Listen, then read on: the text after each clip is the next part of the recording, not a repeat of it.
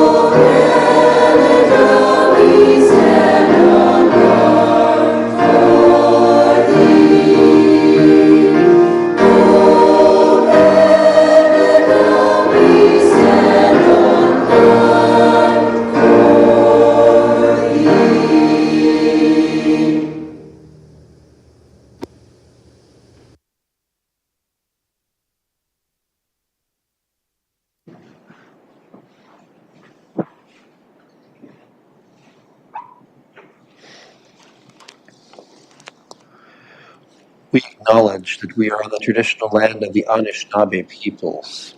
We wish to recognize the long history of Indigenous peoples in Canada and show our respect to them today. We recognize their stewardship of the land.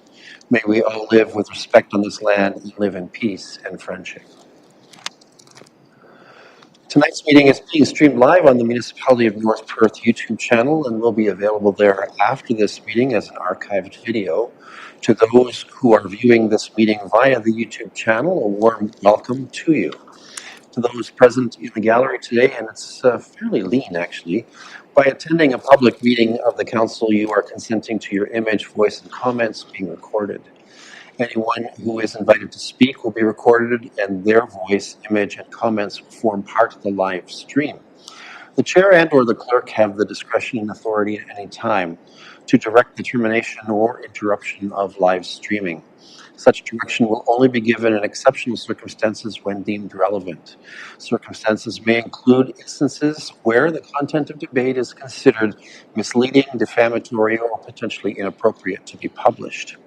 Attendees are advised that they may be subject to legal action if their actions result in inappropriate and or unacceptable behavior and or comments.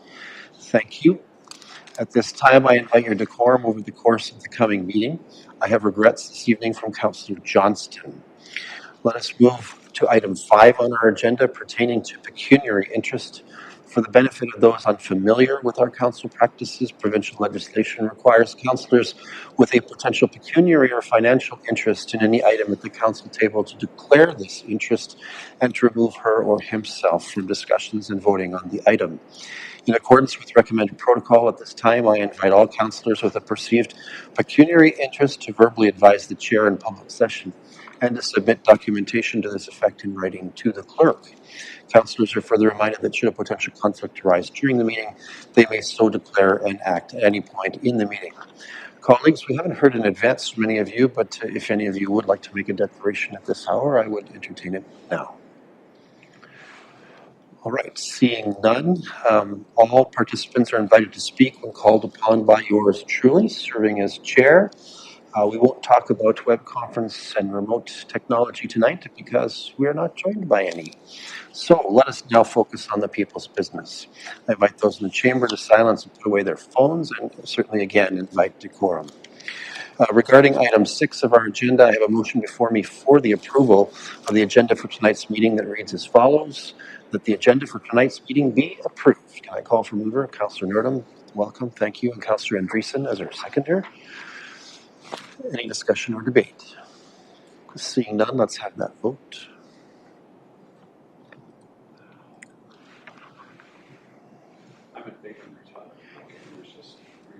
And Councillor Rothwell registers a manual in favor vote. And with that, we believe we have that motion carried. Thank you. Let's move forward again to item 7 on our agenda, which is our so-called consent agenda. Consent items are placed on the agenda because they're believed to be non-contentious, but they may warrant council's recognition and or action. Grouping them expedites our business. However, any councillor wishing to extract an item from the consent agenda for discussion, debate, and or individual action may do so. There are 5 items on our consent agenda tonight, including the minutes of our last regular council meeting.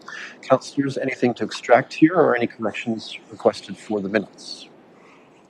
Councillor Rothwell, welcome. Thanks very much, Mayor Todd. Greetings, Council and members of staff and public. Item 7.4, please. Blue Water Recycling Association Board meeting highlights. Just want to underscore a couple things, please. Go ahead. Good. Thank you, Mayor Todd. So, members of Council, just want to draw to your attention the page 16 of our agenda. The association, the directors did approve our budget, operating budget and capital for the upcoming year.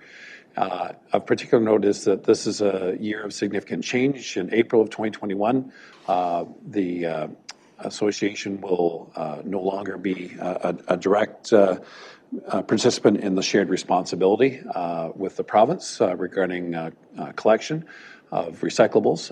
However, through an agreement with the new producer responsibility group, Blue Water Recycling will continue to collect recyclables, and on that basis, the new schedule has gone out to all residents within our municipality as well as others, and will continue in the same scale at least for the next number of years.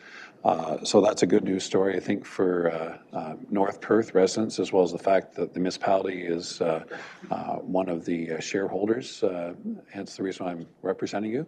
But it will mean some changes over time as that happens, but we're certainly hopeful that with this change, the municipalities will be able to see some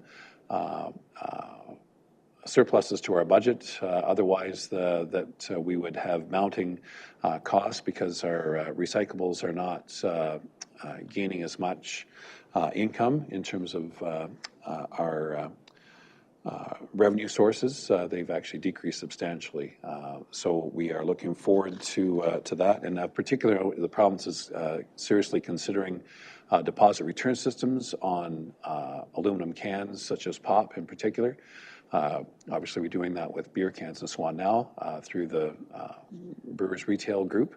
But they're seriously considering putting deposit return on aluminum, which would significantly reduce the income levels which producers are counting on to help offset those costs going forward.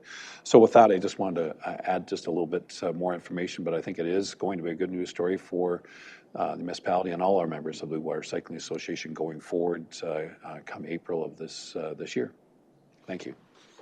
Great. Thanks, Councillor Rothwell, for the update. Anyone else with anything on the consent agenda? All right. Seeing no indication of that, let's consider the resolution that consent items 7.1 to 7.5 be received for information and the minutes of the December 4th, 2023 regular council meeting be adopted. Councillor Richardson will move that, as seconded by Councillor Anstead. Thank you. Any discussion or debate? Seeing none, let's have that vote.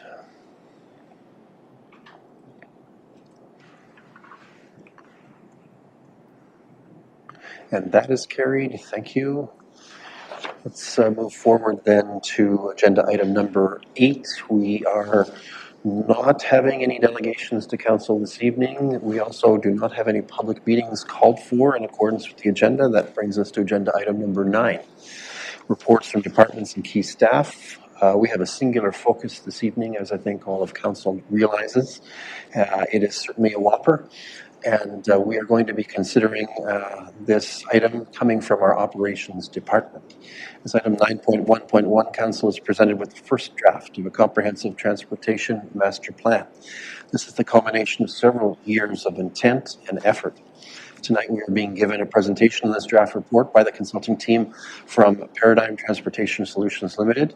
Mr. Jean Chartier is with us.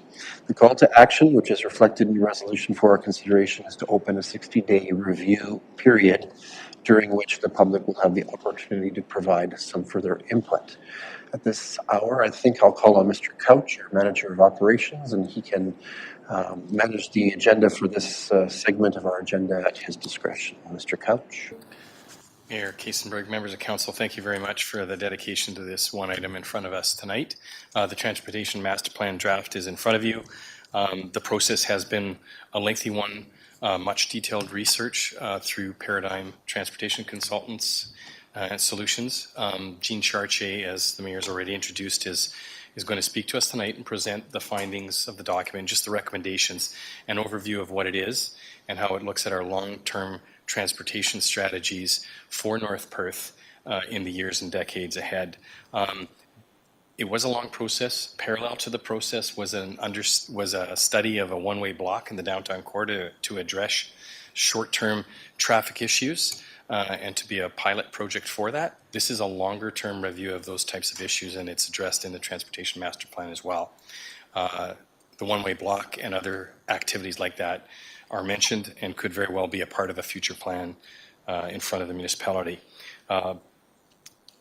Also, the traffic calming on Wallace Avenue South is something that council had voted on that we implemented through Paradigm as part of this study. The recommendations on traffic calming are important to many sections and many corridors in North Perth, and they'll be outlined as well through the presentation that Jean has to bring. The mayor did a great job of introducing, this is to look at a sustainable project or program for transportation in the years ahead, and it's going to outline some of the general recommendations, and there are many. It's actually so large of a report, as big as any that I have ever brought to council, that I've been talking to Jean about how to launch what parts and which parts first, and to have an action plan. So that's part of what we're going to be discussing tonight. It's a broad document. The executive summary does give you a really good introduction into the mapping and into the recommendations that are in front of you. If you have any questions, we'll be able to field them as staff, but especially through Jean, and we'll be able to have a fulsome discussion after the presentation. So without any more ado, I'd welcome Jean to the mic.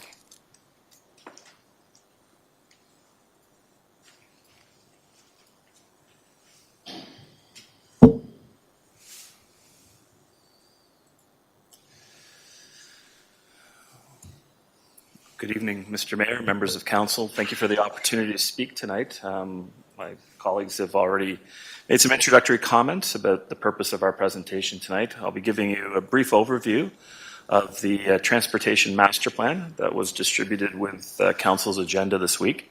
Appreciating that it's a relatively large document, tried to keep the presentation somewhat brief, touch on some of the key highlights, but if there is interest amongst members of council, as I anticipate there will be, to go into further detail on particular aspects, I'll be happy to do that after the presentation. So the presentation this evening, next slide please. Oh, I'm sorry, I can control that myself, thank you. Our presentation overview for this evening, I'm going to talk, as I said, a little bit about the proposed Transportation Master Plan, what's in the document, what we've done to date in terms of engaging with the community and stakeholders, talk in a little bit of detail about the structure of the plan and its contents, and highlight a few of the key elements of the Transportation Master Plan. I'm then going to touch on the review period that has been proposed in Mr. Couch's report, and then what the next steps will be as a result of the recommendations that are before council tonight, and further steps in terms of bringing this to conclusion. So Transportation Master Plan is in essence a long-term strategy for the municipality's transportation system. What we're aiming to do is try to set out a policy and planning framework that strengthens and supports the different elements of the transportation system that serves North Perth. We have a little bit more emphasis in the plan on the municipality's roads and active transportation network, since those are the items that are principally under your jurisdiction. The plan itself provides facility improvements and supporting policies and programs that are intended to meet the transportation needs of North Perth to the year 2041, and I always say and beyond because it's continuing on into the future, so we set the stage today with the expectation that the transportation system that is planned now would carry forward into the future. And it's important to note that the plan itself aligns with local, county, and provincial plans and policies. So we've couched the plan on the basis of other directives that the municipality would be responsible for implementing or adhering to. Now, some of the objectives that were set out at the beginning of the planning process was to come up with a Made in North Perth approach. So we've attempted to try to capture the unique and important aspects of the municipality and its transportation system as part of the plan. We also took into consideration planned growth and development, and I know that over the period of the development of the plan, and the planning process continues to evolve. So, it's an ongoing process. We've taken growth and development forecasts from a few years ago and have incorporated them into the plan. One of the things that the plan attempts to achieve is providing some further travel options for individuals in North Perth, with the expectation that there is a reduction in auto dependency. We appreciate that, the nature of the municipality is such that there will always be a dependence on automobiles to be able to move around within the community, but the aim is to try to provide people a few more travel options. We also want to leverage the investments that the municipality has already undertaken, as well as any other initiatives that have been carried forward from a transportation perspective, to make sure that those are leveraged to the extent possible. We heard loud and clear through the process that there was a desire to address traffic concerns in Listowel, so there is a bit of focus on that in the planning document. At the end of this process, one would hope that the Transportation Master Plan provides a framework for a variety of different things. Economic development and goods movement are very important aspects that often are not brought forward by the citizens of the community, but are an important function of the transportation system. We wanted to make sure that there was an implementation plan that would enable the municipality to move forward with taking the actions that are recommended in the plan. And finally, just wanted to mention that the planning that we've undertaken, we've followed the municipal class environmental assessment master planning process, so that if there had been capital projects or growth or expansion projects that emanated from the master plan, that you would have had a head start on the satisfying the environmental assessment requirements as a result of it. Now, as mentioned, we have done engagement as part of the development of the plan. We've issued a series of notices that are required pursuant to the municipal class environmental assessment to advise individuals and interested parties that we're in the process of developing this plan. We also did 3 rounds of public information centers. 2 of them were online as a result of the time during the pandemic. And we did a targeted series of public information centers last summer with regards to concerns about traffic through downtown Listowel, specifically related to truck traffic. At the outset of the project, we did do targeted stakeholder sessions and a council presentation, as well as there was an online survey and interactive map available through the Your Say North Perth site, as well as us and the town actually using its social media presence to be able to advise people that the study was ongoing. Now, some of what we heard through the engagement, loud and clear, was concerns about truck traffic in downtown Listowel. That seemed to be prevalent in all of the conversations and through all of the engagement that we did as part of the project. There were concerns as well expressed about vehicle and pedestrian traffic safety, particularly on Wallace Avenue. So as Mr. Couch mentioned, there was a project that looked at Wallace Avenue South, as well as the work that the municipality undertook over the past couple of years to reconcile concerns at the Wallace and Main intersection. There was also a request, or there was interest expressed in there being more active transportation connections and facilities within the municipality. So some thoughts around trail linkages to finish up the system that's in place or to connect it together better. There was also some suggestions about having parking areas at trailhead locations, as well as there was concerns about the sidewalk network in Listowel and providing safe crossings, as well as there were some requests and information expressed about cycling routes within the municipality. There was also comments about the public parking conditions in the Listowel core. And as I mentioned, there was a desire expressed about having other modes of travel other than occupant and having travel options for people. Now, the plan itself is structured into a series of chapters. So we've just listed the various chapters here. We do have an executive summary that provides a high-level overview of the document and its contents. There's a chapter to introduce the plan, how it was developed, the planning process, etc. Summarize the community and stakeholder engagement programs that we undertook as part of developing the plan. We then highlight what the plan foundations were, primarily from a planning policy perspective as well as environmental perspective, and also articulate the growth and development assumptions that were used in coming up with the plan. We then lay out the strategy for roads in the plan. I'll talk about that in a little bit more detail in a second, as well as the strategy that we've proposed for dealing with active transportation and shared mobility. And then finally, the document finishes up with an implementation chapter. There are a series of 6 appendices that complement the plan document. We summarize the engagement that was undertaken. We provide a high-level overview of the policy that provided the foundation for the plan. We carried out a somewhat comprehensive assessment of the road network, principally in Listowel. So we summarized the findings of that. We also talk about the truck route assessment that was done for Listowel, and I'll get into that in a little bit further detail in a second. I'm hoping will be one of the more useful elements of the plan will be the protocol that we've proposed for traffic management issues. So that would be any traffic-related inquiry or request that you would receive from citizens would flow through the traffic management protocol.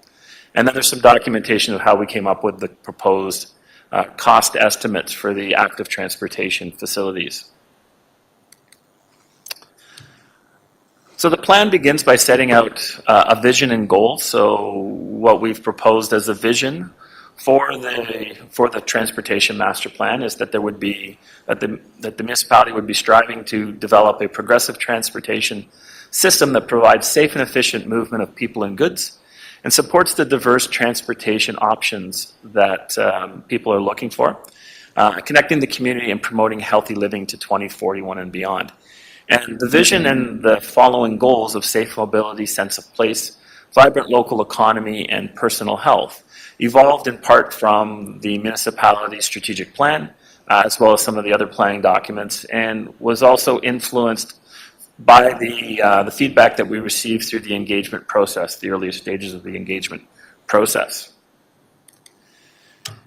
Now, in terms of the various elements within the plan, so I would say the more operative sections of the plan are chapters 4 and 5, and to a great extent, chapter 6. So in chapter 4, we lay out the proposed road strategy. So we talk about the concept of complete streets and lay out a policy for the municipality to consider in developing its roads moving forward. We did a review of the roadway network hierarchy and jurisdiction within the municipality. So that's presented in chapter 4.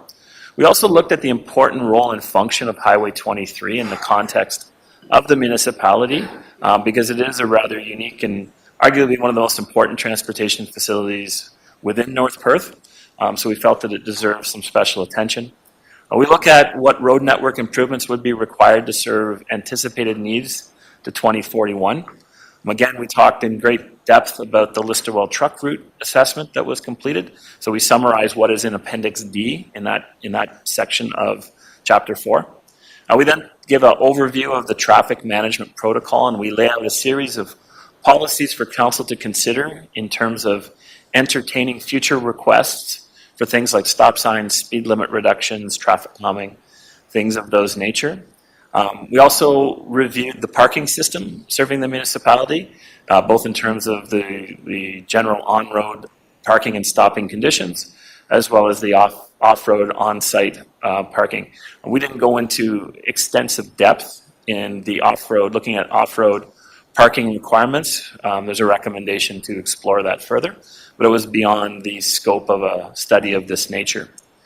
We did talk about the conversion of gravel roads to hard surface facilities, and looking sort of out into the future, and I appreciate that this is not something that is necessarily on front of everybody's mind today, but there will be a day when the municipality will need to address autonomous, connected, and electric vehicles. Electric vehicles are with us now, but autonomous and connected vehicles, and someday in the future, there'll be a need. So, it will take time to prepare for that. So we're helping the municipality set the stage for that future technological advance. In Chapter 5, we spent a great deal of time talking about the active transportation and shared mobility strategy. So there was a section dedicated first to pedestrians or to the walking network. We then discussed the cycling network and identify the recommended facilities and locations of routes within the municipality, as well as supportive measures such as bicycle parking, wayfinding systems that are integral to implementing a complete cycling system and walking system. We do then present some guidance around a potential outreach strategy around the area of active travel. And then finally, we talk about the concept of shared mobility, which not as maybe as common in some municipalities, things like Uber or shared bike programs, things of that nature, but they have been used in some other smaller communities as a way to overcome or to bridge the gap from a public transportation system, providing some access for people that may not have their own vehicle or may not have access to a vehicle at a certain time. Then finally, Chapter 6, we talk about the various implementation tools. We provide some high-level cost estimates and implementation phasing for the various recommendations that are in the plan. Excuse me.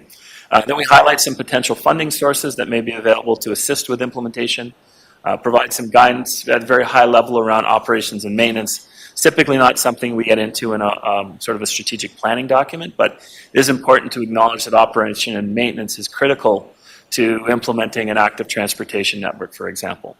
We talk a little bit about sort of keeping track of what happens with the plan through the monitoring section, and finish up with some recommendations around a plan review horizons and when updates may be needed to the document.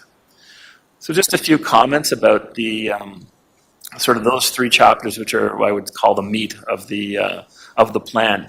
There are 44 recommended actions that span a variety of policy, program, and infrastructure areas. As Mr. Couch said, you can't tackle them all at once, but it does set the framework for future direction that the municipality may wish to want to take around these various areas. So there will need to be consideration of where to begin implementation. That's typically often one of the first things that staff will do once they receive a document of this nature, is to start sort of mapping out what comes first, what comes next. In my view, I would see that things around traffic management, official plan policy may be a good starting point, with the preparations for some of the longer term and active transportation initiatives also being set, because they will take longer to implement. So I'll just highlight a few of the key elements or aspects of the plan and the recommendations. So one of the first things we look at is the roadway system that serves the municipality. And typically roadway systems are categorized into a series of classes. The official plans that the municipality operates under both set out a hierarchical road system. So it's a series of roads, arterials, collectors, locals, highways. So what we did is we looked at the existing road system throughout the municipality. We found that sort of outside of Listowel, everything seemed to be appropriately classified. Within Listowel, we thought that there should be some additional there should be some changes to the road classification system to facilitate some additional collector roads within the municipality as a way of helping to prioritize and facilitate traffic movement within Listowel. We also provided a series of additional criteria to define and to differentiate the various classes based on recommended industry guidance.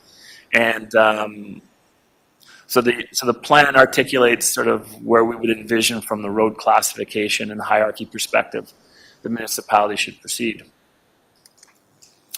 In terms of future road needs, based on our analysis of forecasted growth based on the 2019 development charge background study, I know that the municipality is in the process of updating further, but based on the analysis that we completed based on that growth forecast, there didn't appear to be any need for any new road widenings or major intersection improvements.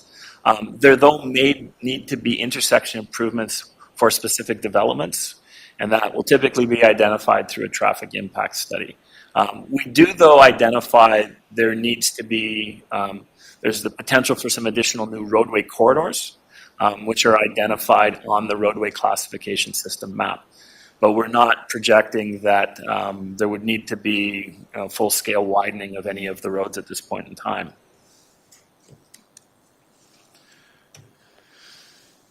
So a considerable amount of effort went into looking at the issue of truck traffic through downtown Listowel, given it seemed to be the first and foremost on many people's minds when we went out for consultation and through a number of the surveys that we went through. Appendix D in the report provides a relatively comprehensive review of the work that was completed to come up with the recommendations. So I'm just going to touch briefly on sort of what we've landed at. What we looked at is we looked at three different ways, or two different ways, and compared it to do nothing. So either the municipality could look at existing truck routes, establishing truck routes along existing roads, or look to create a separate or a specific bypass of Listowel that would force all vehicles around Listowel. So those are sort of the two. There's obviously combinations of things that go together. But basically, conceptually, you use existing routes, existing roads. You may have to improve those, and designate those as a truck route, or you build some sort of bypass around the community.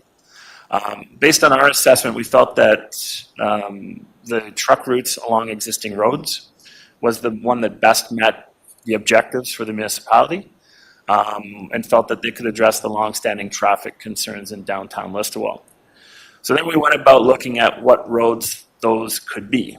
And given there is quite a number of route combinations, given the fact that the municipality enjoys a grid network of roads that all connects together, there is a great number of different combinations. So to simplify the task, we broke the routing combinations up into 4 quadrants along sort of the Highway 23 corridor and along the Main Street, Perth 86 corridor, and looked at each quadrant separately, and then if you need to put them together to fit together, then we looked at it from that perspective.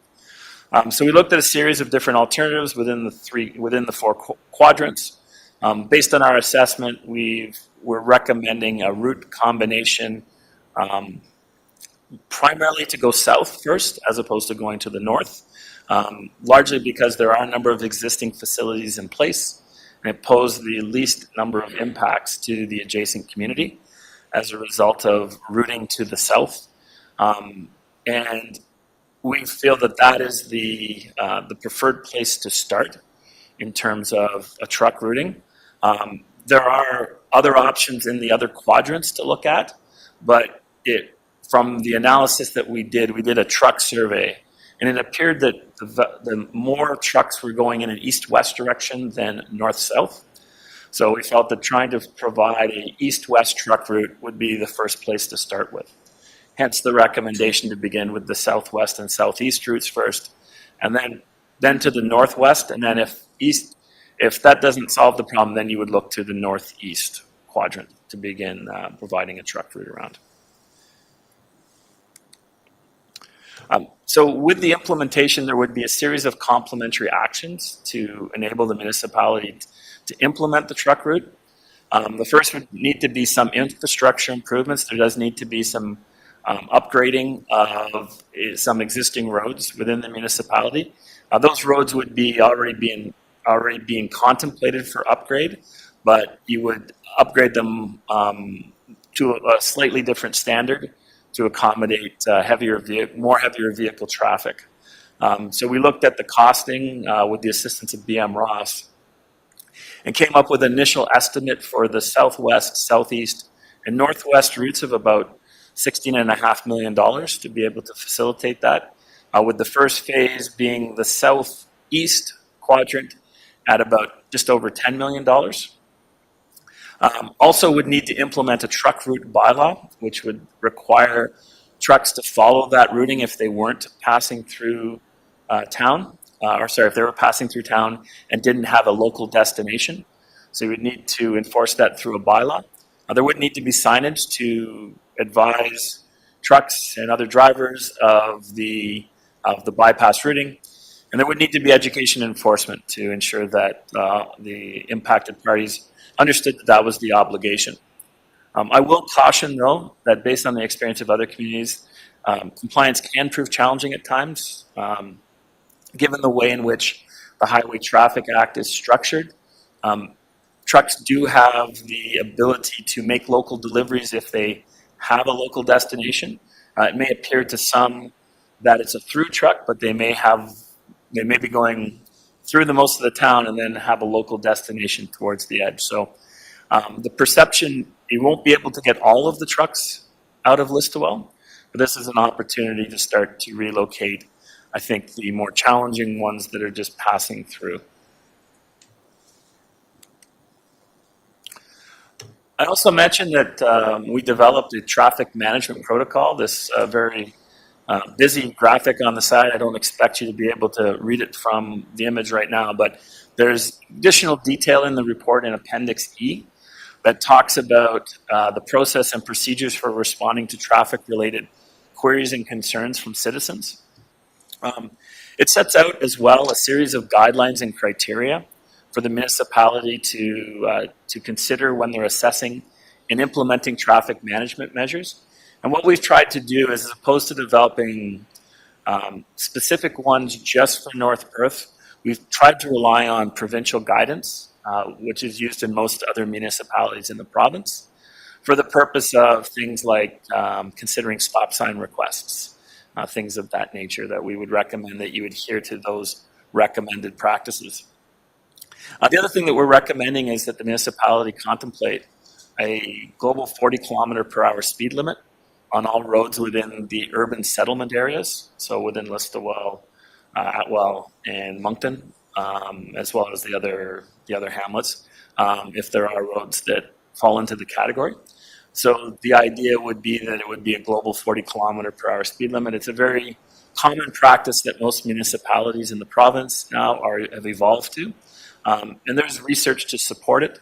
The province changed the Highway Traffic Act a few years ago to cut down on some of the sign pollution that used to exist. If you would have tried to do that universally before, you can accomplish this now with a series of what's called area signs.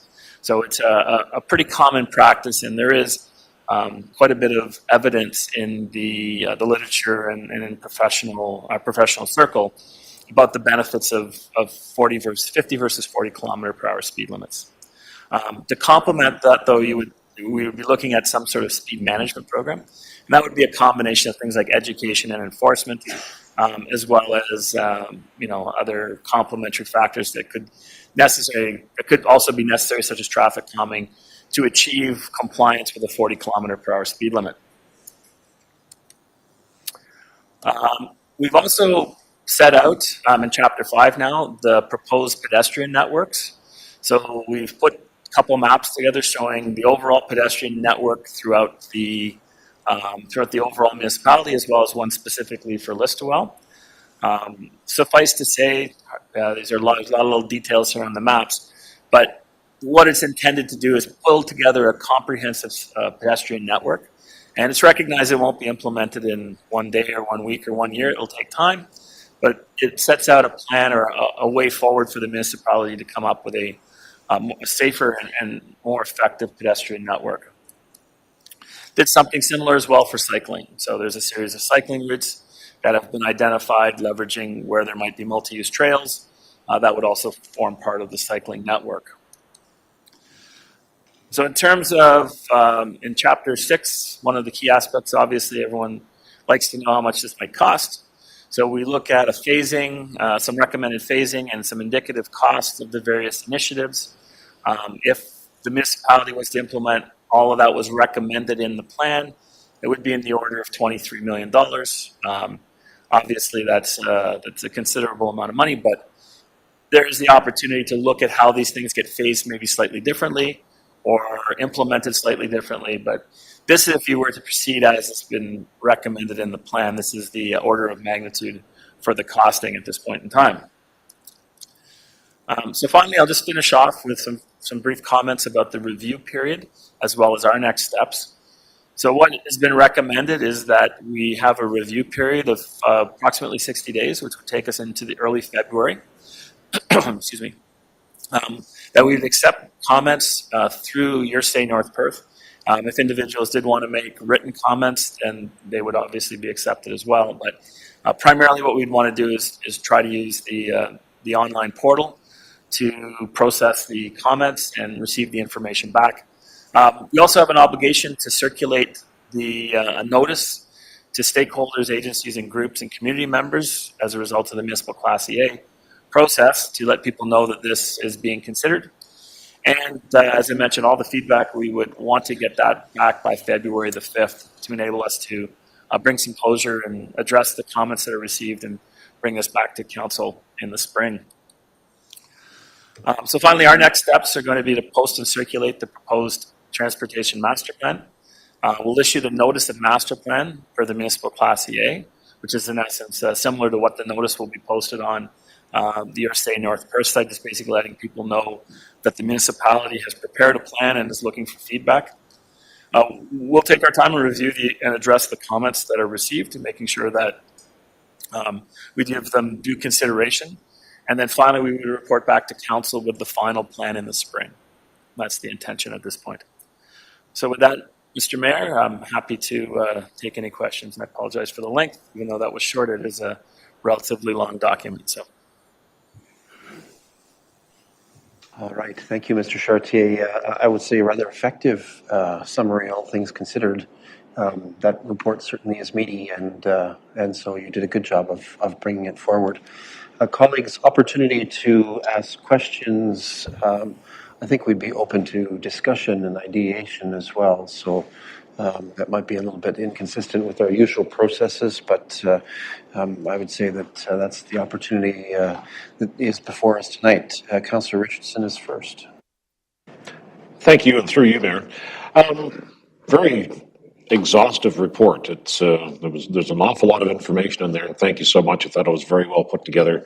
Unless I missed something when I was glazing through it, was there any mention at line 87 and 23 the possibility of a roundabout at some point? Was that something was mentioned, or does a connecting link and the MTO make that challenging to incorporate? Thank you. Through Mr. Mayor to Councillor. We've made note that there needs to be further examination of 23 by the ministry, particularly the intersections at 84 and 87.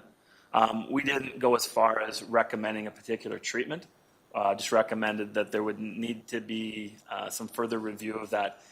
It is, to a certain extent, outside the municipality's jurisdiction to be directing a particular response, but it doesn't hurt to be making suggestions. So at this point in time, all we've indicated is it's an area that needs to be reviewed, but we haven't made a particular recommendation about an item. Did you want to speak to that, Mr. Couch? I mean, a little bit of work has been done with regards to roundabout at 87 at least, and maybe you can bring us up to date on where we sit with that one. Thank you. The intersection of 87 is 7 meters south of it is the division line of MTO ownership. They have coordinated with us in terms of the survey work that they've done. They're looking at future controls at the intersection that could include a roundabout, as they've stated, but also traffic signals. I would also mention that at 87, there's a recent traffic study that's been done through the development in the Northeast Master Plan process, as well as the subdivision adjacent, that make recommendations that the MTO is going to be commenting on. Beyond that, we have actually initiated conversations about this a couple of years back in terms of the status of that project, and mentioned a roundabout directly with the minister through the mayor. We're looking at rekindling that in January and asking again what status is for both that intersection and 84. We know that their work was to start from south to north, and we'll be asking again what the status is in January. So that's the update that we have right now. Work being done, work being pushed through development that's happening in that area and through studies that are there as well. Is there anything to add? Thanks, Mr. Couch. Rekindling sounds almost romantic. I'm not sure that's exactly how we feel about it, but nevertheless, there has been some effort certainly made, and we want the attention of the ministry to weigh back in on this particular item. So thanks. We can be more specific in the plan if that's the desire. Certainly can do that. Okay. Other comments? Councillor Norton. Thanks to you, Mayor Kasenberg. Thanks for the report. It's very lengthy, but it's time. So you mentioned no road widening. Is that just for within town, or is that also our rural routes that are proposed to be our bypass? Through the mayor. It is intended to be primarily within Listowel, but we wouldn't be looking at like if you're talking about the specific truck routes that we're talking about, they don't need to be widened per se. There wouldn't be a change in the number of lanes. What there would be is potentially the platform would be expanded a little bit to facilitate bigger, heavier vehicles. That's not inconsistent with what the municipality has already done on Line 84. There may be locations where there may need to be turn lanes added as well. I wouldn't constitute that sort of as a road widening per se, but there are a few locations where traffic signals, turn lanes, platform widening may be required to facilitate the truck route. Okay. CEO Snell looks like he wants to make a comment. 13. I just think when we differentiate between road widening, I think in this case is making double lanes or versus us, what we've been doing is just making the road wider for single lane use and including the creation of shouldering, which I think is what most of our councillors are after too when we look at some of our rural roads. Yeah, thank you for that clarification. If I may, Mr. Mayor, yeah. We looked at if you needed additional traffic lanes. So that was sort of when I speak of widening or expansion, that's the reference for that. If I'm not mistaken, at 84 and Wallace, at that intersection, there may be some future action there to create a turning lane. Is that my general understanding? Mr. Couch is nodding his head. That's usually indicative. That sound right? Yeah. Okay. Just wanted to make sure that on 84 at that specific junction, I would imagine that the same thing could apply at Germain. Is that a reasonable question, or? Certainly, I think actually there's already a study, a traffic impact study going back to the days of the Lunar development that called for improvements at that intersection. So, like Jean said, there's lots of things that will be required as we continue to grow, but those are certainly the things that we've been looking at is turning lanes and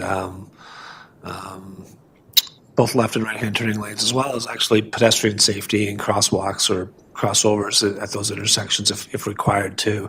Part of all that study, which isn't necessarily creating additional traffic lanes across the whole spectrum, but certainly at least at intersections, creating that better safety factor. Okay. Okay, thanks. Can I ask just my own question that sort of stems from CEO Snell's comments? I would imagine then that there are implications for developers of industrial, commercial, and residential subdivisions and properties in our transportation master plan. Can you sort of comment generally on what those entities will have to be thinking about or doing with regard to our plan? Certainly. Thank you for the question, Mr. Mayor. So in most cases, when a developer or landowner is contemplating a development proposal, one of the first things they'll look at is the transportation master plan to determine what policies may apply. So it would be read in conjunction with the official plan, other planning documents, the wastewater master plan, things of that nature, to see if there are any overarching policies or infrastructure improvements that are already identified in the plan, and they would take those into consideration. I think in this particular case, the fact that we haven't identified any specific road widening projects or things of that sort of, and that's usually what they would look for when considering that. So I think they'll recognize that there needs to be sort of more localized improvements that would be required for the development.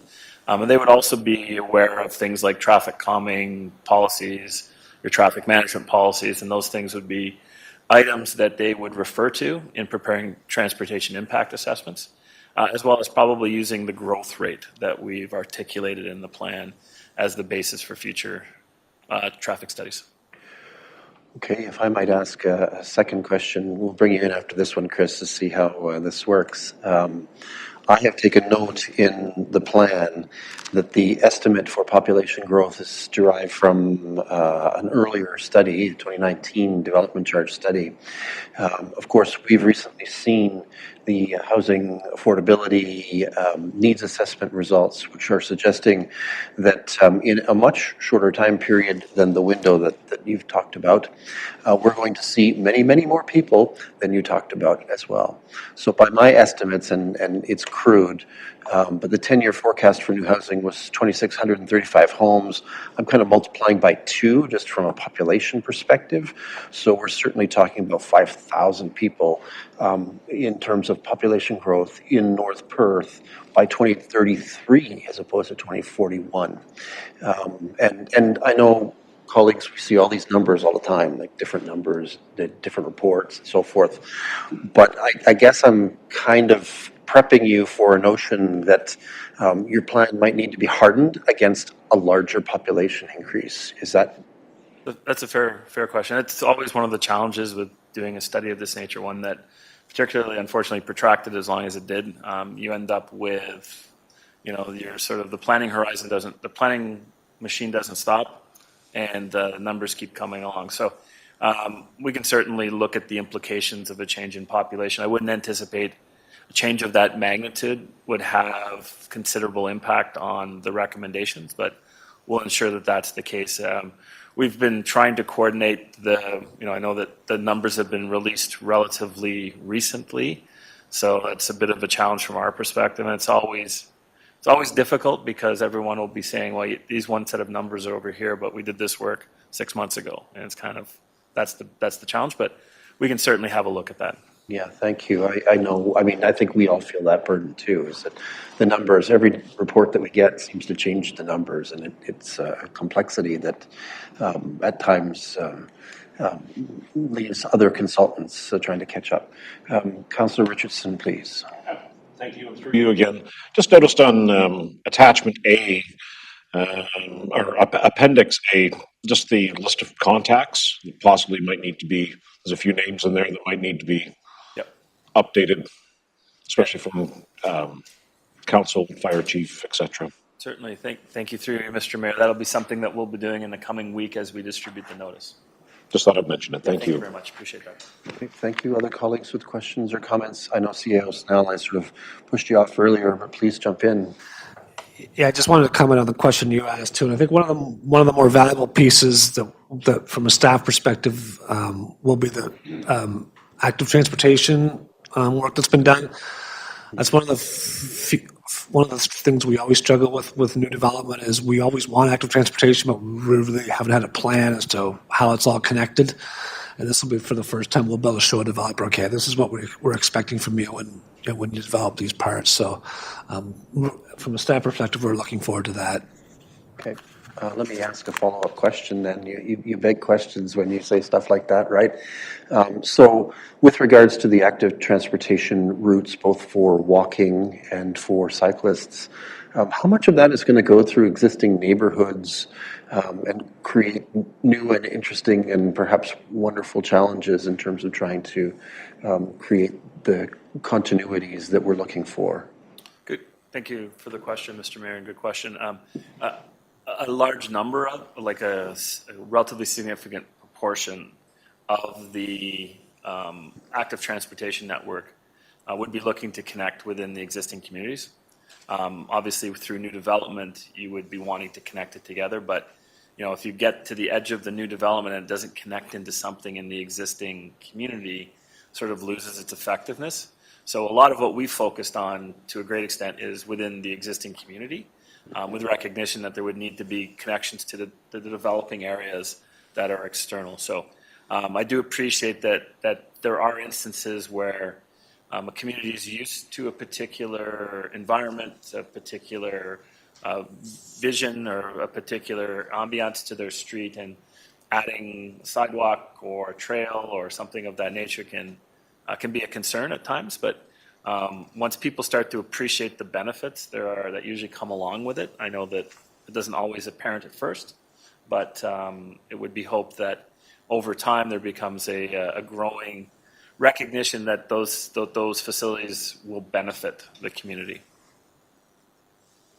Okay. I mean, certainly some of those existing roads, I took note, and I won't say I'm an expert, but on the cycling map, it showed Reserve as an area that seemingly has some interest for cyclists, and Reserve is a pretty darn narrow street at certain portions, so it surprised me a little bit that it would be identified in that. Now, maybe it's further south than the really narrow portion, but nevertheless, those are the kind of things that you worry about, right? Is how are we going to put those continuities, if you will, to build the system through existing areas, especially when some of those areas are fairly narrow. That's correct. Okay, thanks. Councillor Rothwell. Thanks very much, Mayor Todd. Thank you, Jean, for your presentation. Really appreciate that. And you touched on this before, but I know that you're aware of the new county official plan, which has been worked on for a number of years, and it's due to be considered by county council soon. And we are potentially looking at significant areas within the listable ward in particular, or expansion of listable service to every urban area. And when we talk about connections between both cycling as well as and other active transportation such as walking and so on, but also vehicles, I presume you've been party to those land areas which are being considered for redesignation from agriculture through to a serviced urban area. And is that reflected at all in those plans, or will we have to come back and look at that and perhaps update the plan once the county official plan is approved? Through Mr. Mayor to Councillor Rothwell, we have looked at that information. To my knowledge, at this point in time, there was nothing that was public or official that we could specifically reference within our document, but we are aware of the fact that there are contemplated land designation changes, and have taken those into consideration. The extent may be not exactly as they may end up turning out through the county official plan, but we have had regard for it. And I think, as Mr. Mayor has previously requested us to, just do a check, we can look at that at the same time, because I think they're somewhat one and the same. Yeah. Thanks very much. And just as long as we're all aware that the master plan can only do so much with the information you have, and both these plans have taken some time, and things have changed as you've gone along. And just as long as we understand is that there has to be, like, there's a plan and then there's the changes that have to happen and how we come back and address those. I think you've been very clear about that. And just for council's information, I note there's a notice that just came out today, so we will be looking at an official plan amendment on the northeast side, up on the south side of line 87. And that plan subdivision is between 600 and 750 units on that south side of line 87. So when we're talking about the intersection of line 87 and Highway 23, that will certainly push the comments, as you said earlier, in terms of, and perhaps Lyndon Couch, I think Lyndon mentioned this specifically, that the information that's coming in from those studies that are required to look at transportation needs are really going to drive some significant change to service that community if it's going to be approved here in the end.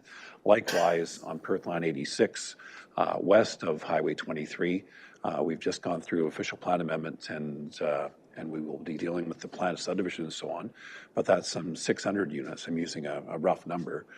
So that clearly changes, like on Road 165, for example, what we're going to see for a turn lane being proposed and so on. So I think this council is very well aware, and I'm sure that, Jean, you and your group are very well aware and have been made aware by our staff, is that we've experienced substantial growth that we have been planning for some time, but we're really experiencing now, and we're going to see it even more, and it will make us re-look at this plan more perhaps earlier than we would anticipate, as the mayor mentioned. So just more sort of comments out loud that I'm sure you're aware of, but just so this council's aware that it's not that you haven't done your job and our staff haven't informed you and so on, but you can only do so much with the information at hand. I think that's what I'm hearing you say. Through Mr. Mayor, you're correct, Councillor. It's, we can only analyze or look at the stuff that's public and has been adopted. I know that there's a lot of planning going on and it can be a bit challenging. The one point I will make, though, is that there are only a select parts of the plan that may need to be revisited, just primarily around the any growth-related infrastructure improvements. But the bulk of the plan doesn't deal with those particular aspects, so it's not like we're just to sort of rest assured that we're not talking. It's a complete rewrite of the entire thing. It's a section, smallish section within the document, so should be I'm not going to say easy, but it will be a contained piece of work by comparison to the overall strategy that's before you right now. Okay, thank you. Councillor Andreessen is next. Thank you for you, Mayor. I'm just wondering if we could pull up the truck bypass map. Sorry, thank you through you, Mayor Kissenberg. I'm just wondering if we could pull up the truck bypass mapping. It's a very comprehensive report, and I can't even find it to get back to it. So No problem. if we don't mind pulling that up, that would be great. The reason why I want to pull it up is I know the clerk is looking for it, but there are a couple questions about the proposed routes.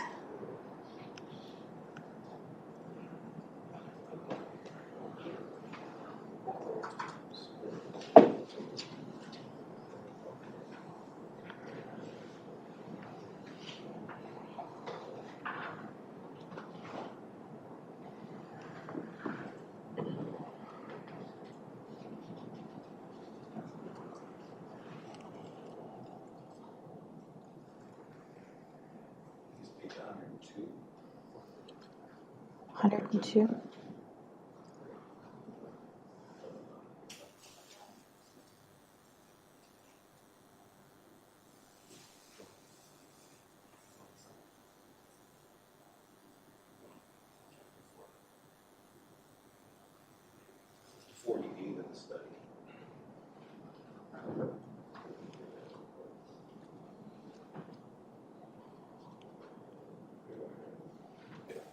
Thank you.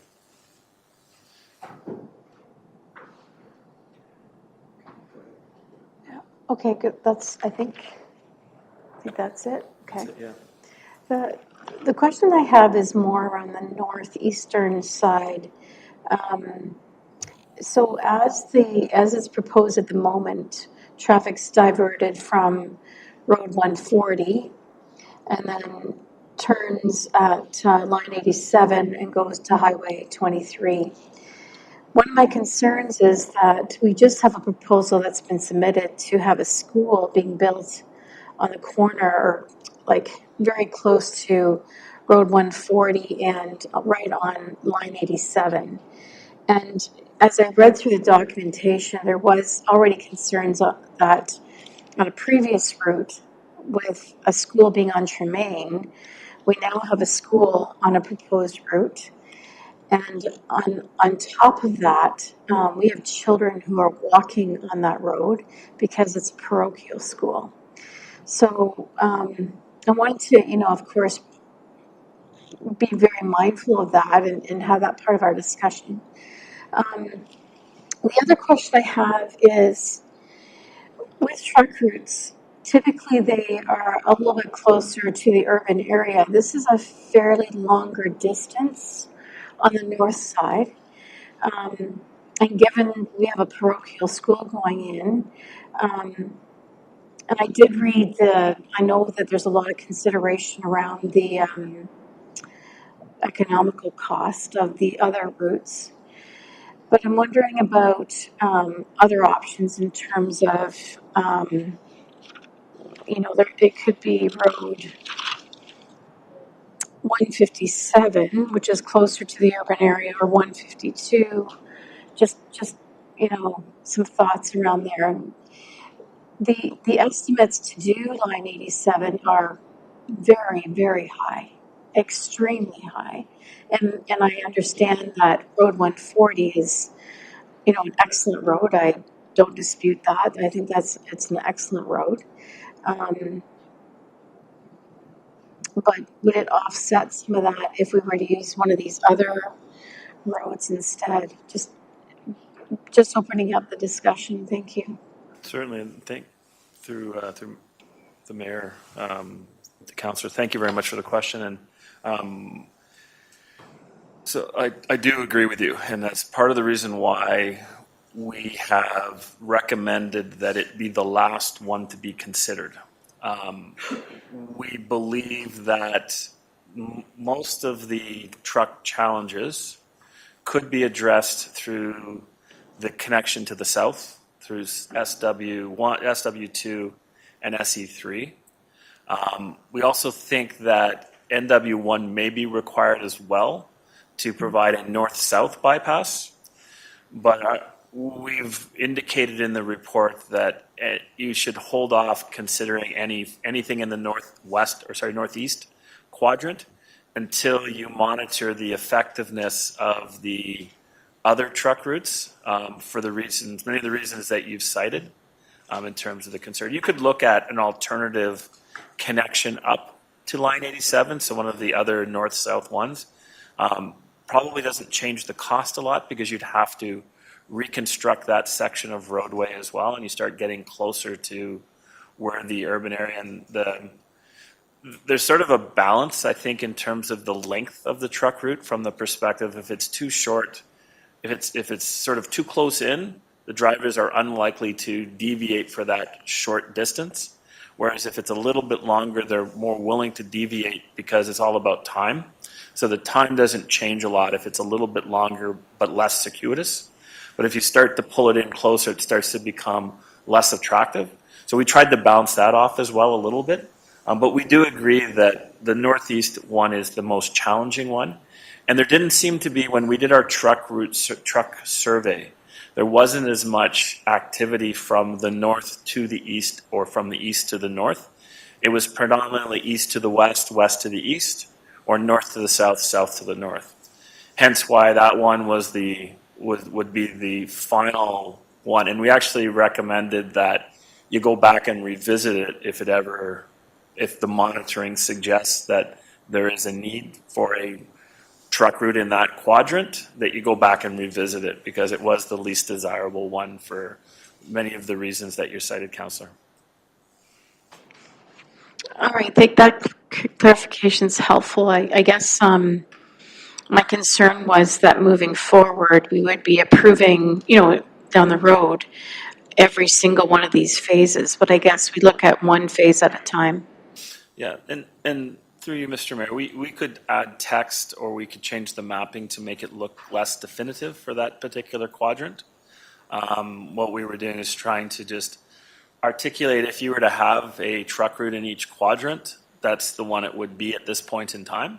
But if there's some, if it's not comfortable or would prefer that it be less definitive, that certainly is an option because this is nothing that's, you know, as we said, we think it's the last one that would be needed based on the direction of travel of most heavy vehicles.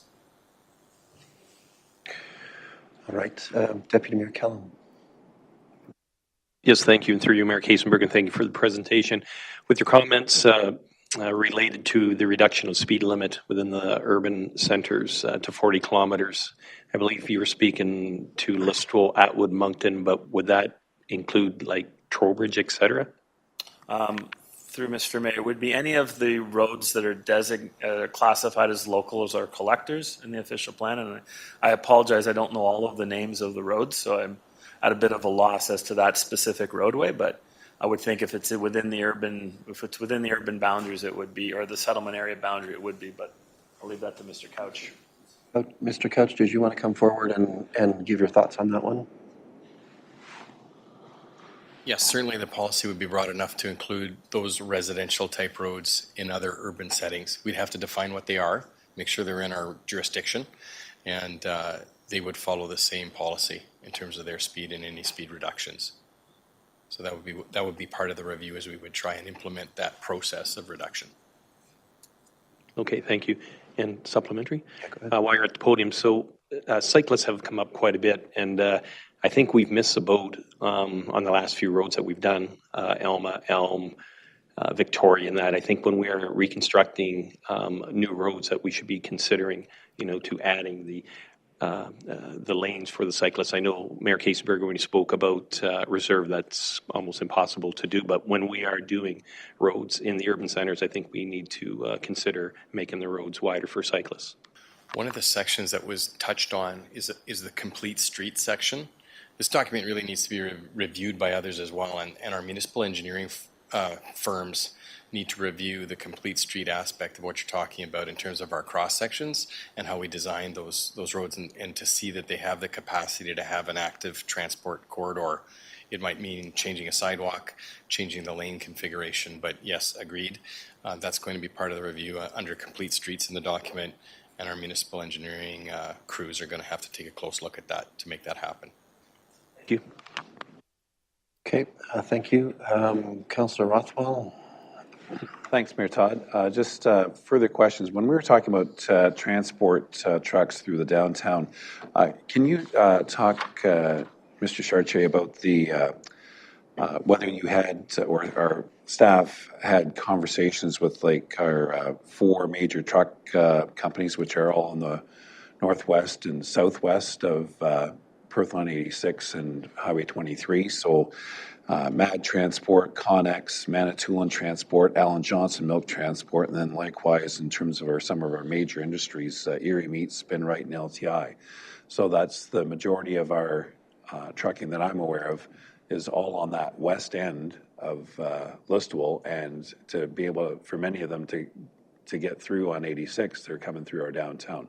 Was there any conversation directly with our trucking companies as to how we can try to keep their businesses going, perhaps around the downtown, or how did we deal with that? And were they specifically excluded from your truck survey, or how we address that?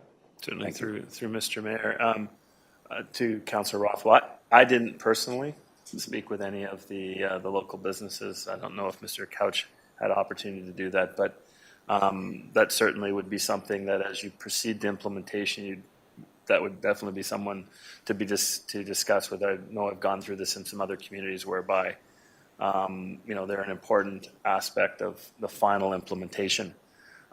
One of the things that would be, the part of the purpose of having the truck route bylaw would be to define, where the trucks that are passing through would be operating. So if they have if there's a destination or an origin within Listowel, then they would still be entitled to operate on Perth Line 86. Now, and that's sort of one of the challenges with any truck routing concept is that inevitably people will view any truck that sort of passes by them as going through, as opposed to not appreciating that they may have an origin or destination within the municipality.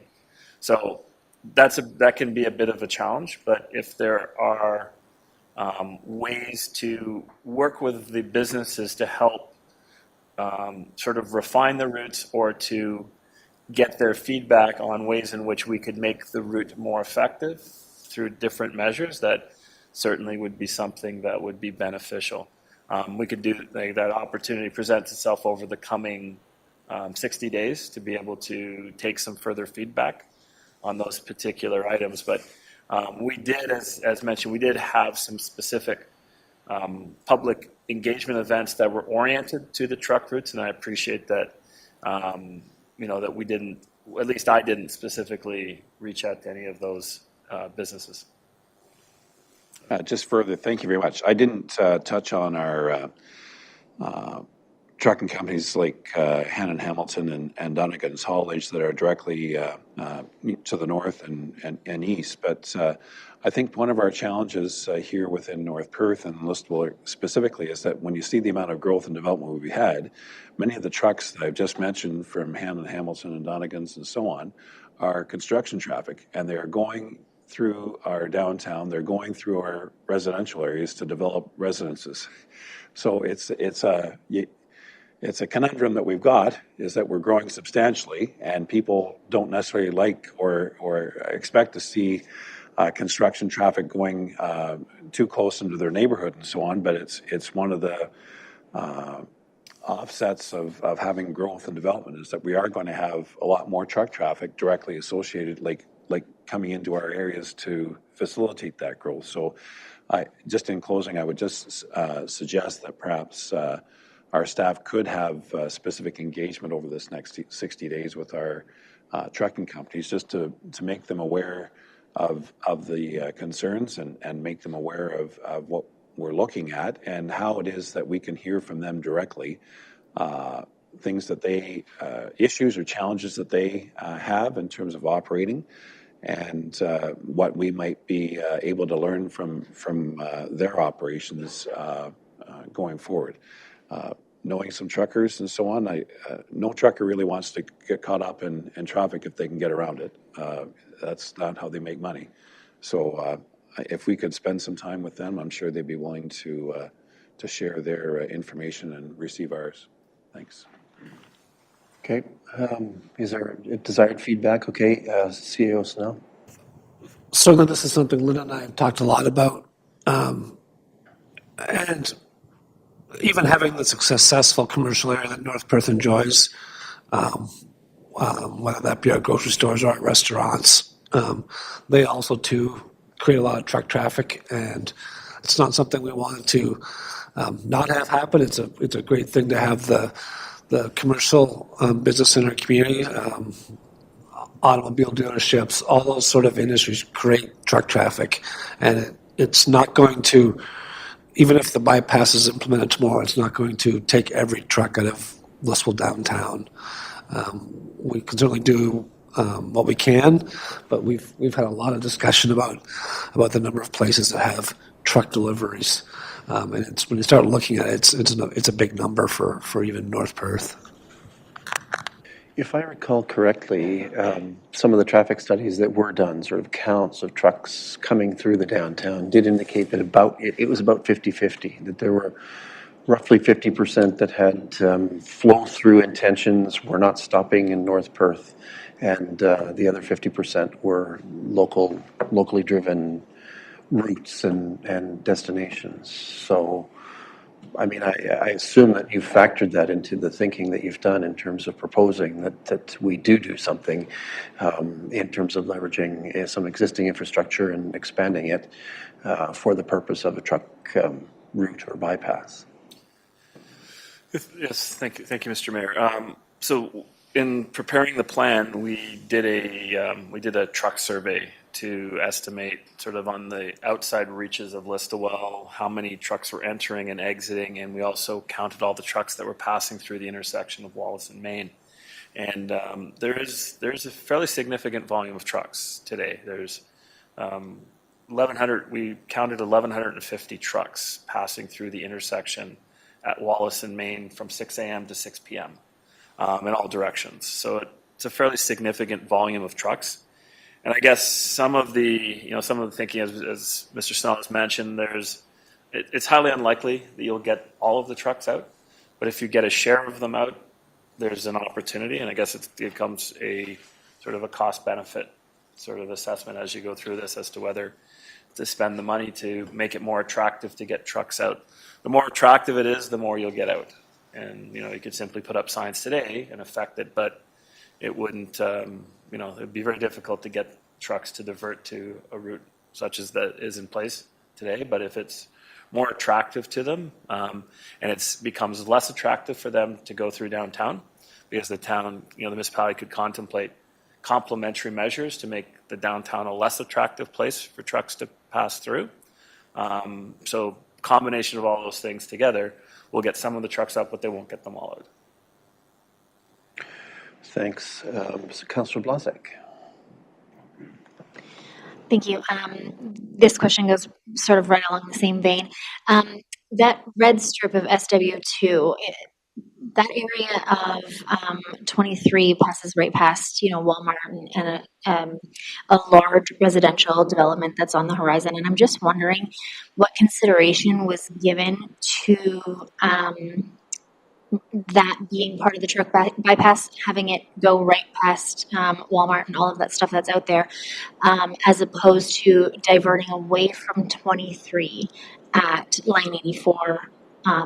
And is this helpful right now? Are you understanding where I am in that? Okay. And connect at Road 167 perhaps before reconnecting back to Highway 86?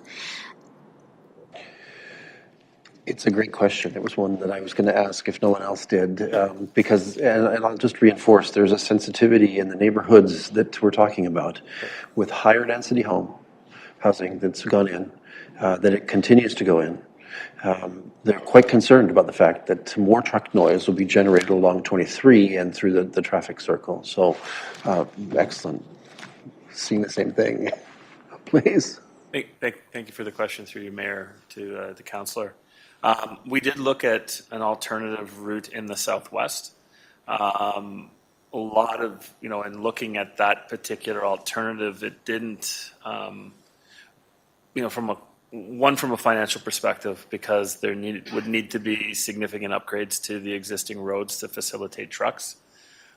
Also recognizing that it would then precipitate the need to do something in the northwest right away, because you in essence would be wanting to bypass all of the trucks that are currently using it. So you would be talking about creating a north-south bypass as opposed to the east-west, which we thought would be the focus because there tends to be more vehicles that way. So it didn't rate as well in our evaluation as the existing provincial highway connection that's there, recognizing that it is a municipal connecting link.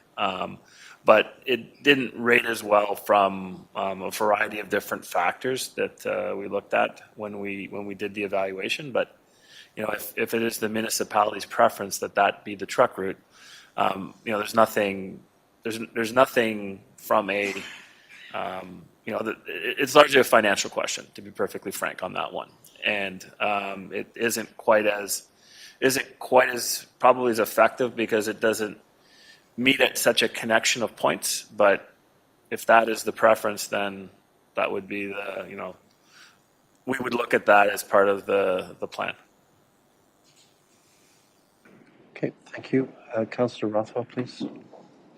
Thanks very much. Mayor, through you to Jean. So SE3 on that bypass down line 84 to Highway 23 to the west. Going back to the conversation about the potential, I'll just say treatment. I suspect I know what they're going to or should move forward with at that intersection. But with the Minister of Transportation, as we heard from Lyndon about our comments and discussions and from the Mayor, rekindle is a fine word. I would remind the Mayor, although it may be romantic, there is fire involved, but we should really have understanding from the Minister of Transportation that they're in fact really going to be doing something with that intersection before we commit to spending significant dollars and designate this as a truck bypass. And the concern is if we don't have that assurance, then we're spending a whole lot of money on bringing a whole lot of traffic to an intersection which is already problematic, especially at times when shift changes are happening. So that's the concern I have here, is that I hope the Minister of Transportation in our conversations really understands the need, as they are responsible throughout Ontario, but the need to really address this before, like, it's not really a chicken and the egg thing. Is that frankly you need to have the traffic improvements at that intersection now, in my mind, before we go off and designate SE3 as being our preferred alternative to do, which is, as I understand, sort of top priority for us to try to address our challenges here. So that's just to hear from you. If that's what we need to do, then we'll have to. Through Mr. Mayor to Councillor Rothwell, I agree with you in the sense that this is all a package. Like, I don't think you proceed with one thing in the absence of having something else in place. So, as mentioned in the report, we've recommended a series of complementary actions that go along with designating the route. Infrastructure improvements is the first one. So you would need, you'd need probably a signal or a roundabout at that location to facilitate, the traffic in and out of that location. As well as you need to upgrade line 80. You'd have to upgrade line 84, continue the work that you've already started along there. The advantage is that that 147 is already a county road, so it's designed to a higher and operated to a higher standard. So that part of it's taken care of a little bit. You already do have a turn lane on 86 at 147 that helps to facilitate the left turn. The left turns are a little bit easier to the south than they are going to the north, because you don't have to come out of the side street to turn, or the intersecting road to turn onto 86 from turning left. It's easier turning left off of it. So that's part of the overall concept as to why the south one is a little bit more preferred than a north direction one. But I agree with you wholeheartedly that it has to be an entire package to move forward with it.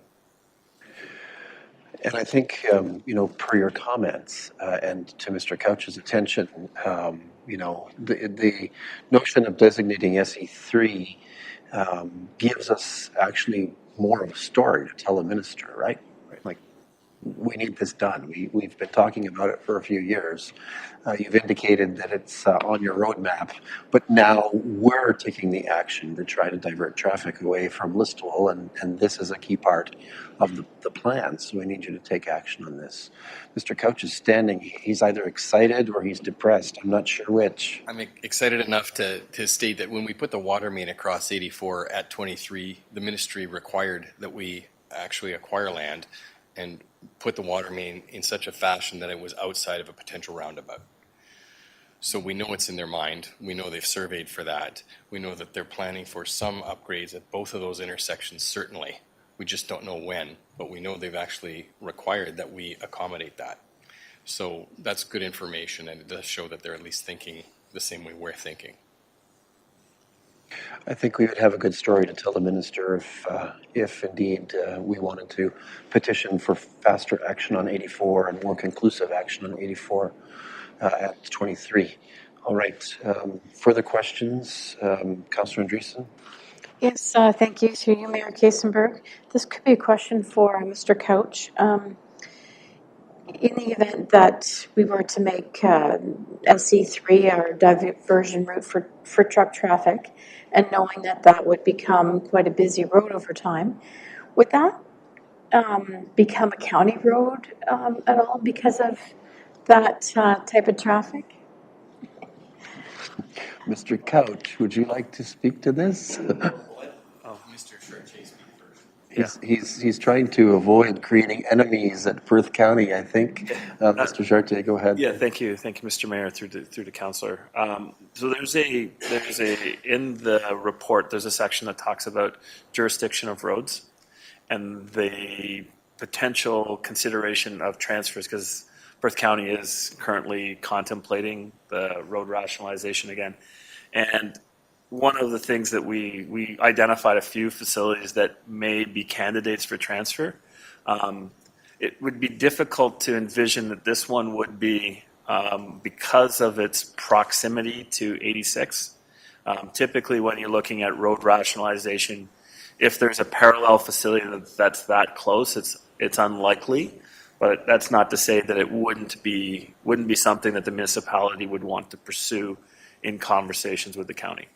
So we've put a recommendation in to talk about pursuing road jurisdiction changes with the county. So if that was one that felt it should be considered, then add it to the list. I took note of CAO Snell's Cheshire cat-like grin when that question was asked, and so I suspect that the county CAO and manager of public works may need to look out for you. Go ahead. Some of the council will be aware that I've certainly been suggesting that the county should be looking at local road rationalization for some time now in North Perth. So I'm pleased it's in the report, and I think it's something we need to continue to look at. Certainly, the expectations of some of our busiest roads. I think the county's far better prepared in their operations to handle some of these high volume roads, and I think it's something we should be looking at seriously. So far, it's sort of fallen on deaf ears, but I think we should keep going. Okay, thank you, CAO Snell. Let's just check to see if others have questions here before we get too much further. I think we're getting deep into question rounds from a few of us. So any other questions from anyone who hasn't asked a question yet? Councillor Duncan, Councillor Anstedt, any questions you might have? Okay. Yeah, thanks, Mayor Kaysenberg, through you, and thanks very much for the presentation. Just one question I did have. You mentioned about the potential bylaw for the truck route. And I'm just wondering, obviously there's a few things that I have in my mind about enforcement. I'm just wondering if you have any insight into what other municipalities are doing to address those issues. Thank you. Through you, Mr. Mayor, to the councillor, thank you for the question. It has been quite a topic of conversation in the last few years. We've done this sort of exercise in a few other municipalities. To be perfectly frank, the enforcement can be a challenge, just simply from the perspective of trying to prove origin destination, trying to get the resources to be able to have the enforcement there. So I will be the first to acknowledge that it can prove challenging. But there are some areas that have had some success when it's very obvious that the route presents at least an equal option or better, which I think this one has the potential to do, to present a better route for trucks, especially as Listowel continues to develop out along Perth Line 86. It'll become less and less conducive to truck travel, just simply because of the volume of pedestrians and vehicles and activity. It'll be less and less. However,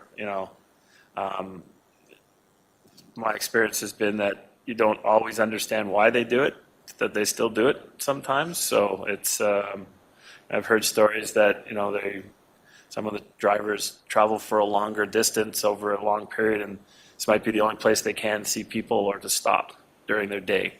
So that's why one of the factors was access to services, because if they have to circle back to get fuel or something like that, then they're not going to take the route. So that's why it was one of the factors we took into consideration when we were looking at it. Okay, thanks. Anyone else with questions or comments? Mark, go ahead. Thanks. Yeah, one of the big factors is the fuel station for a lot of the majority of these trucks is on the eastern side of town. So, as a lot of the companies that Councillor Rothwell mentioned, at the end of the day, they have to travel through town to get fuel. So that's a fair bit of truck traffic. Another comment I had towards the southwest number 2 there, 166, that road just before Listowel, it's a very narrow, gravelly road. But, as my contractor said, anything's possible, just the impossible costs more. And then a couple on the cycling on our rural routes. I was a little disappointed to see that we didn't put rural routes towards Minto. There's quite a few bike options within Palmerston. There's the White Junction Trail, and I believe that's 7 kilometers towards Harriston. That might be potentially just to connect Listowel to Palmerston might be kind of interesting. Also with Eden Grove Village coming up, that might be a population within there. What were they talking, 300, 400-ish people? So that might be interesting. And then also, I'll comment on what Deputy Mayor Kelm talked about. With our new developments, I think it might be very interesting to get more trails off the road.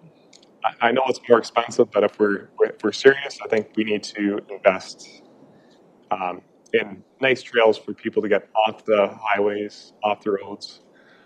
One thing that we've learned through COVID is that people like to go outside and walk nowadays. Thank you.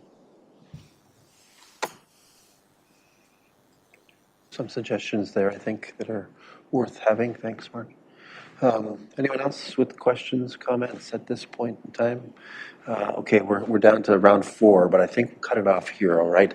Councillor Andreessen, go ahead. Yes, thank you through you, Mayor Kasenberg. I noted that in the report, they talked about different opportunities for funding for this kind of work, which will be extensive. And perhaps CAO Snell can give just a snippet of this, but in the report it talked about the federal gas tax refund, and I know we're currently using it for other resources. Is that something that you could give us a small report on right now, like a indication of where that money's going now and if it could be diverted, or does that require a longer report?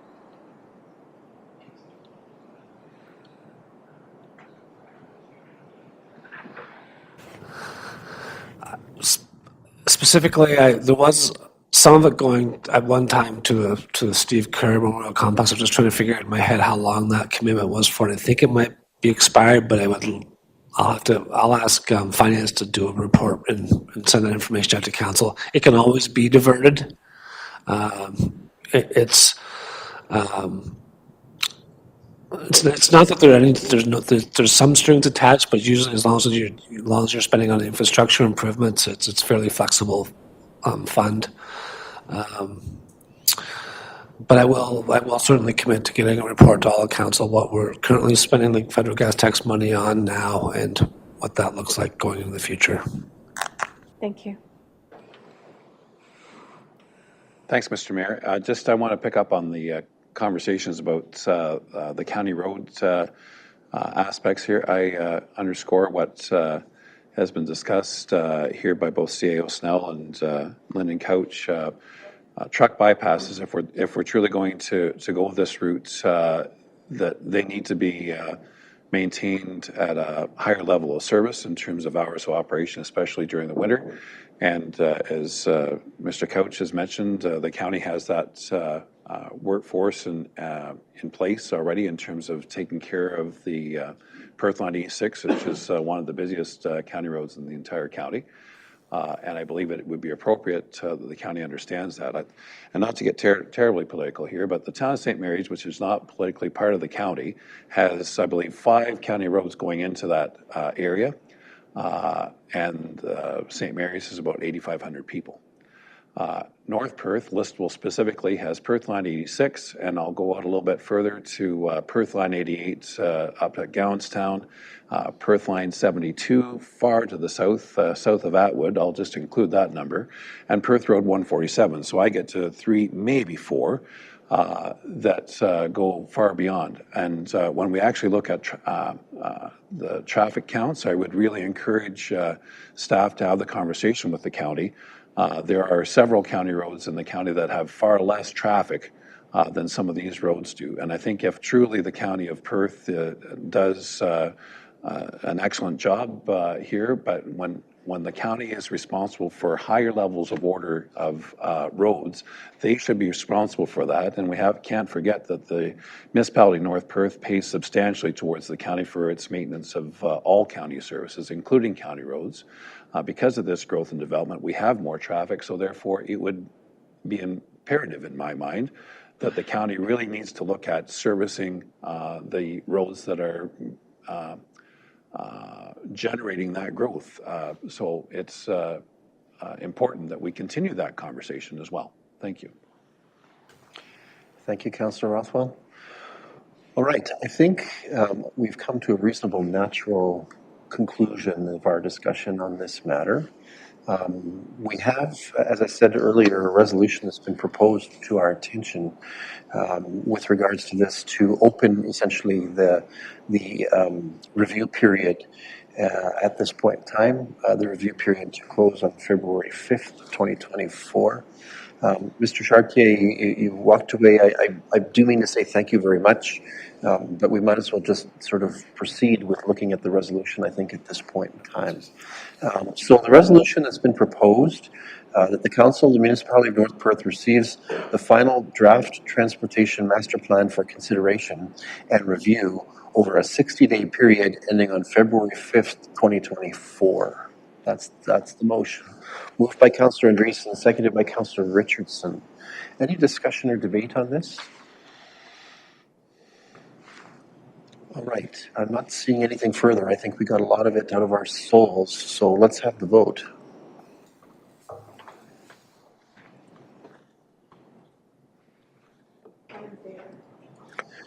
Okay, so some computers have fallen asleep. Councillor Andreessen recorded a manual yes, and that is carried. Thank you very much. Mr. Chartier, thank you for being here, and thank you for your patience with our questions. We certainly had lots of things to talk about, and I think we got through them. All of us, of course, will probably continue to do our review and talk to our neighbors and friends to find out and encourage their engagement with this process. This is pretty significant. I think we can all agree on that.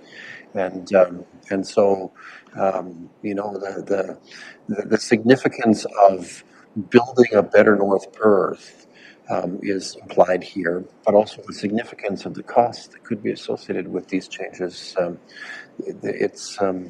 We're doing some pretty important work here.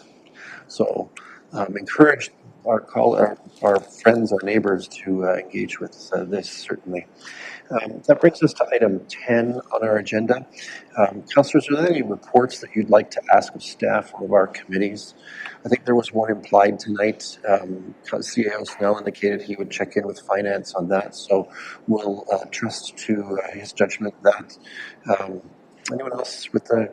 Okay, that was the one. All right. I think we can go ahead without a formal resolution directing that. Anyone else wishing a report of any sort? All right, let's move to item 11 then. We don't have any items additional of correspondence for our consideration tonight, nor do we have any bylaws that have been recommended for our attention tonight. Colleagues, do any of you wish to leave to give notice of motion at this hour? Seeing no indication on that, that brings us to item 14 on our agenda. Opportunity for any announcements at this point. The Council Christmas Choir will be singing next week at the council meeting, so bring your best voice and songbook. Sorry, bad joke. I used to do those at Christmas time. All right, let's move on to item 15 then. We have no matters for consideration in a closed session meeting of council. That means for item 16, we have nothing to report since we did not hold a closed session.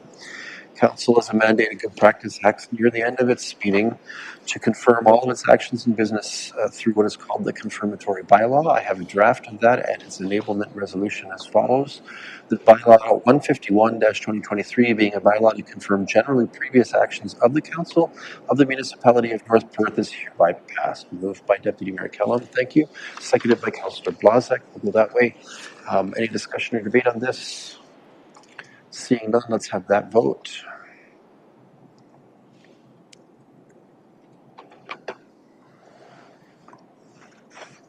And that is carried. Thank you. Councillors, we have completed the deliberations and taken action on the items that were put before us tonight. It is thus appropriate for us to consider adjournment. I have a resolution as follows. That the council meeting adjourns at 8:44 p.m. to meet again for general council business on Monday, December 18th, 2023 at 7 p.m. Can I call for a mover? Councillor Anstead, thank you. Seconded by Councillor Blazek. It's not debatable. Let's have that vote.